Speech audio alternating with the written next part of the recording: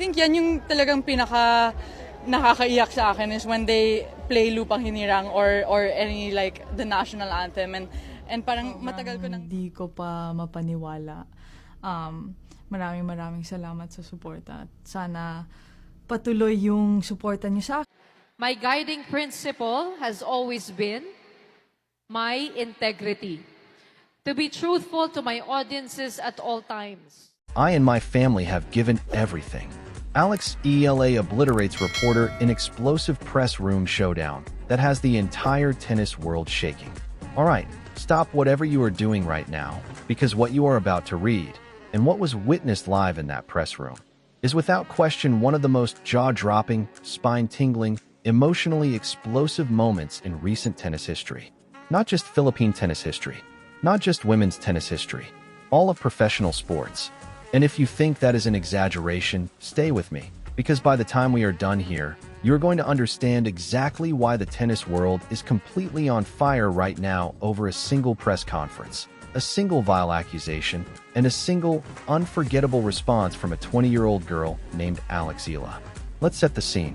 Imagine the harsh, blinding glare of media room lights, the muffled, almost suffocating hum of an air conditioning unit working overtime, a sea of journalists crowded together, armed with microphones, digital recorders, and that uniquely modern brand of insatiable appetite for a headline that will get them the most clicks before midnight. Press conferences in the world of professional tennis are, on most days, a deeply predictable dance of polite, sanitized cliches. You get the standard questions. How did you handle the wind conditions? What adjustments did you make on the return game? How is your ranking chase looking heading into the clay season? These are the kinds of questions professional athletes have rehearsed answers for in their sleep. They are designed to produce safe, quotable sound bites that fill column inches without ruffling any feathers. But every once in a great while, and these moments are genuinely rare, the mask of professional courtesy gets ripped clean off. The carefully choreographed media circus skids off its rails.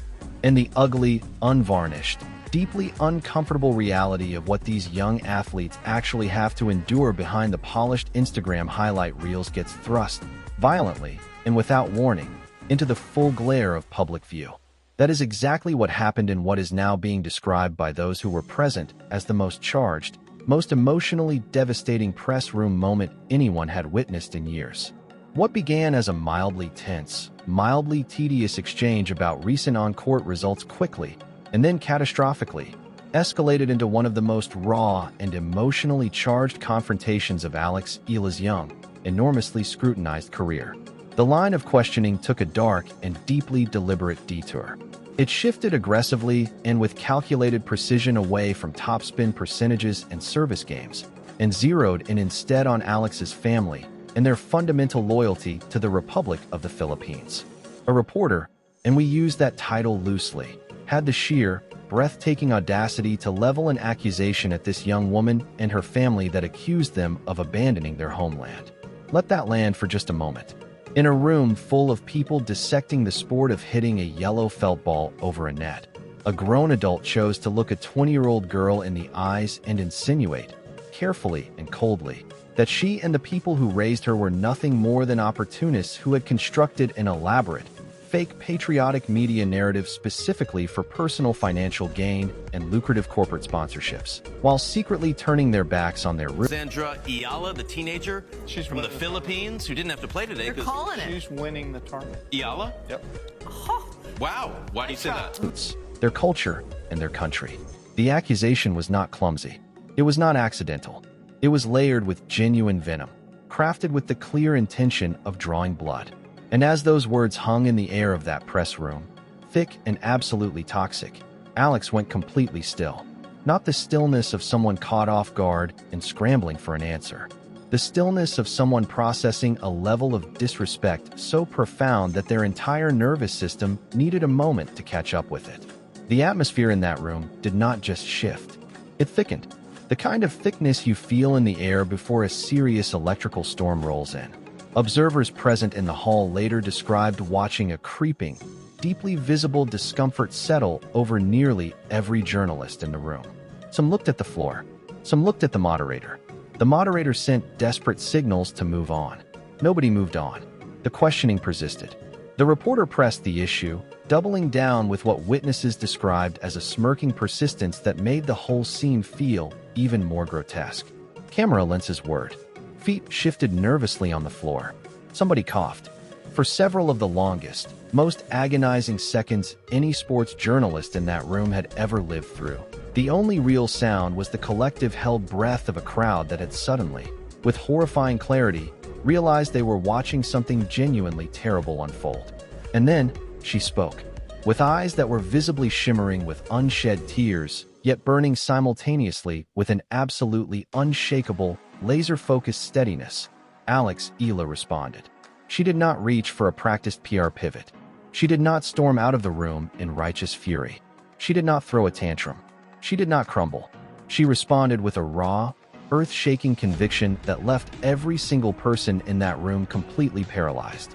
Her voice, trembling, yes, but anchored with the absolute, bedrock firmness of someone who knows, with every fiber of their being, the truth of their own soul, echoed out through the microphone and into that stunned silence like a thunderclap. I think yan yung talagang pinaka nakakaiyak sa akin is when they play lupang hinirang or any like... I and my family have given everything to this country. Full stop.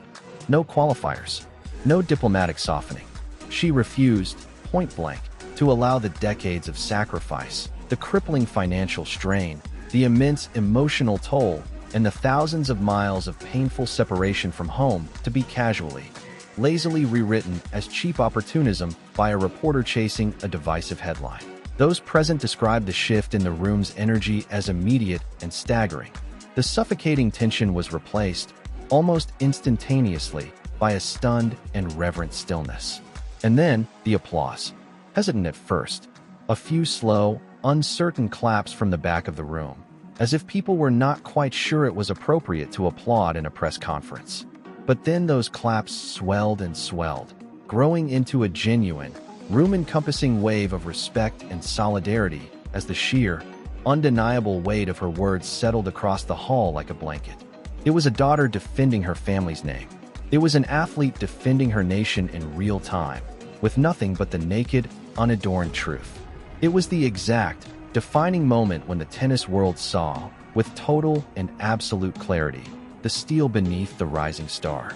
To truly understand the full weight and gravity of this confrontation, you have to step back and honestly look at the actual reality of what it means to be a professional tennis player born and raised in the Philippines. This is not the United States of America with its sprawling network of professional coaches in every suburb. This is not France, with its nationally funded academy system and deep clay court culture. This is not Spain or Australia or Germany. The Philippines, for all its immense beauty, its passionate sports culture, and its people's legendary capacity for heart and resilience, does not possess a grand slam-level tennis infrastructure. They do not have endless rows of meticulously maintained courts in every major city.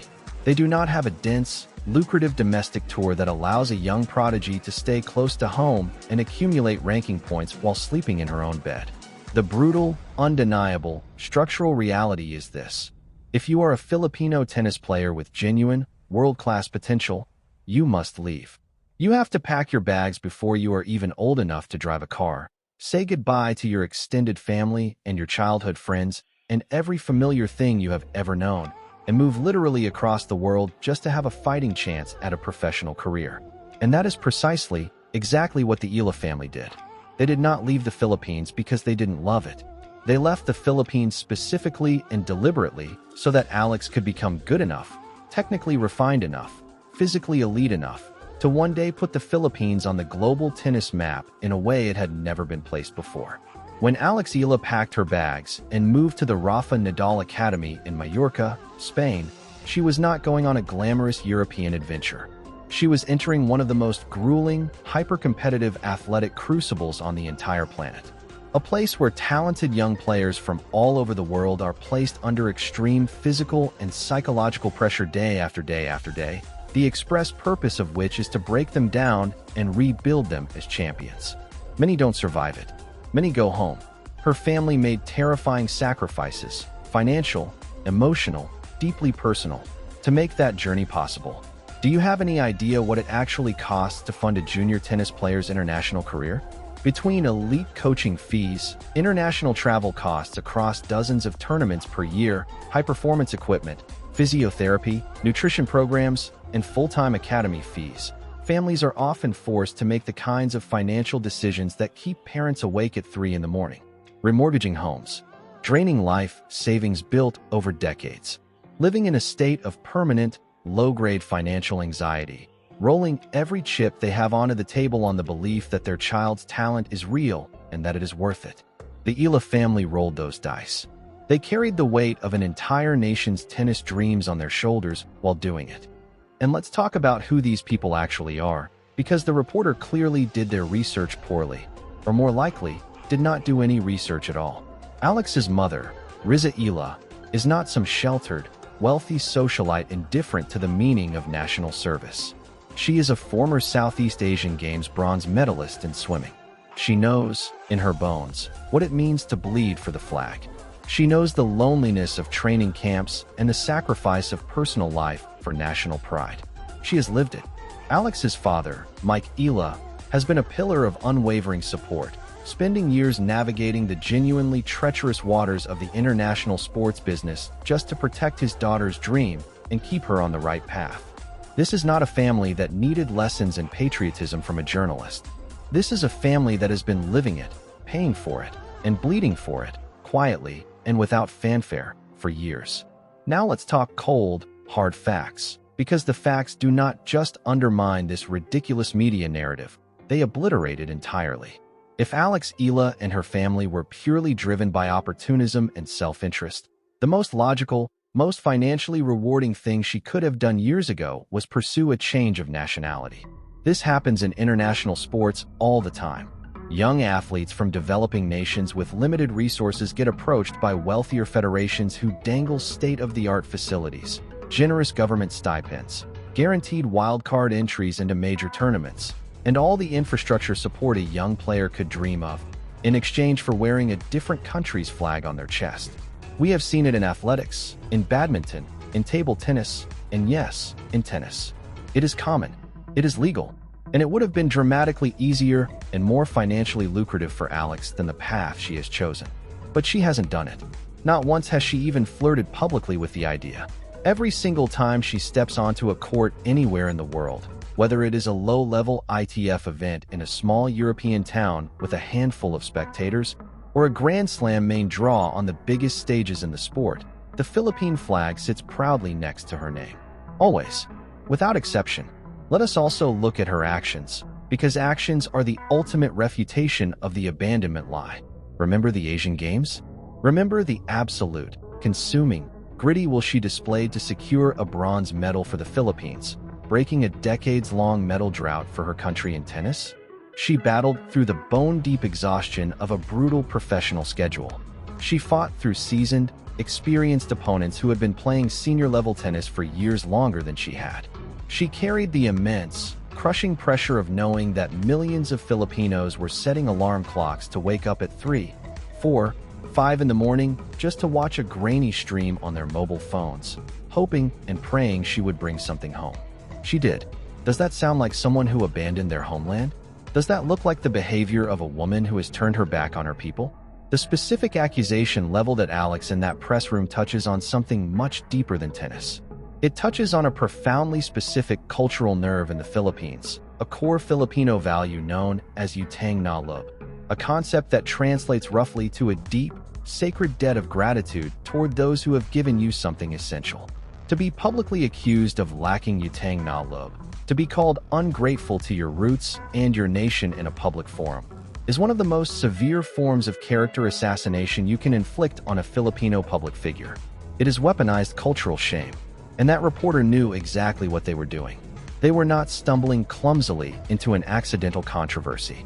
They were deliberately reaching for a very specific blade and plunging it as deep as it would go, calculating that the ensuing outrage cycle, Filipinos turning on their own rising star, the manufactured villain narrative of the millionaire athlete who forgot where she came from, would generate clicks and engagement for days. It is a disgusting, parasitic tactic, and it is shamefully common in the modern sports media ecosystem. Alex Eala saw right through it in real time, and her response, that trembling, tearful, defiant declaration, was not simply the product of anger. Listen carefully to what that moment actually was. It was the profound, heartbreaking recognition that no matter how many trophies you carry back to your country, no matter how many times you stand on a podium and cry with your hand on your heart while your national anthem plays through the stadium speakers, there will always be someone waiting in the shadows to accuse you of faking it, to tell you that your love is performance, to tell you that your sacrifice was really just an investment. That is a special and uniquely vicious kind of cruelty, and it was aimed at a 20-year-old kid who has given up more for her country than most of her critics have given up for anything in their entire comfortable lives. But here is the beautiful, poetic irony of this entire catastrophic episode for that reporter. The plan backfired. Not slightly, not a little. It backfired so completely and so spectacularly that it produced the exact opposite of its intended effect. Instead of creating a narrative of a detached, arrogant, ungrateful athlete, the reporter accidentally provided the world with a front-row seat to Alex Eala's raw, unfiltered humanity, her fierce and unbreakable loyalty to her family, and the depth of her love for a country that she has never, not for a single match, stopped representing with everything she has. The clip of her response has sent genuine shockwaves through the global tennis community. Veteran players, coaches, fans, and sports journalists from around the world have rallied behind her, collectively calling out the toxicity and the manipulative cynicism of the modern sports media machine. Because here is the truth that the comfortable armchair critics never, ever seem to want to reckon with. The life of a rising tennis star is extraordinarily, almost incomprehensibly lonely. We see the Instagram posts, the shiny tournament trophies under bright lights, the brand partnership announcements, the business class flight selfies. We see the curated, polished, carefully managed public narrative. But we do not see the reality of sitting absolutely alone in a sterile, beige hotel room in a foreign country on your birthday, because your schedule doesn't allow you to go home. We don't see the tears shed privately after a brutal first-round loss, when you know your family sacrificed thousands of dollars they couldn't really afford just to fly out and support you. We don't see the endless hours of physical rehabilitation, the taped joints, the ice baths, the sessions with physiotherapists working on body parts that have been pushed far beyond what any young person's body should endure. We don't see the immense, relentless psychological weight of knowing, every single day, that you are currently the singular greatest hope of an entire nation's tennis program. Let us also take a moment to look at what is coming next for her on the court, because the story of Alex Eala does not pause for press conference drama. The tour keeps moving, and so does she. Her schedule in the coming months features some of the most challenging and exciting opportunities of her career so far. The clay season approaches with its unique physical and tactical demands, a surface that rewards baseline patience and physical endurance, qualities Alex has been specifically developing. Her game has evolved noticeably since her breakthrough junior years, showing increased physicality off the ground, a more tactically sophisticated approach to building points, and critically, a mental resilience that is now, after that press room moment, beyond any reasonable question. The players she will be facing on the red clay of Europe are among the most battle-tested on the entire tour, and every match she wins will chip away at the gap between where she is now and where she is undeniably going. The rankings picture tells a story of steady, grinding upward progress, the kind that does not come in dramatic overnight jumps, but in the patient accumulation of wins, of points defended, of rounds extended in tournaments where she was not expected to go deep. This is how genuine, lasting elite tennis careers are built, not in flashes of junior brilliance that fade in the heat of professional reality, but in the slow, relentless, disciplined climbing of someone who is absolutely clear on what they are fighting for. Alex Eala is clear. She has always been clear. And after that press room moment, the entire world is clear too. The comparisons to other pioneering athletes from Southeast Asia who have navigated similar paths are already being made. The names of those who came before, athletes who left their home countries young, who endured the loneliness and the sacrifice, who were occasionally questioned about their loyalty and their authenticity, and who answered all of it with trophies and with truth. those names are being invoked in discussions about Alex's legacy. She is, whether she fully feels the weight of it yet or not, writing history. She is the standard bearer for an entire generation of young Filipino tennis players who are watching her, learning from her, and drawing inspiration from her example. When they face their own impossible press conference moments, their own vile accusations, their own moments of public doubt, they will remember what Alex Eala did. They will remember that she stood up, let the tears come, looked the camera dead in the eye, and told the truth without apology.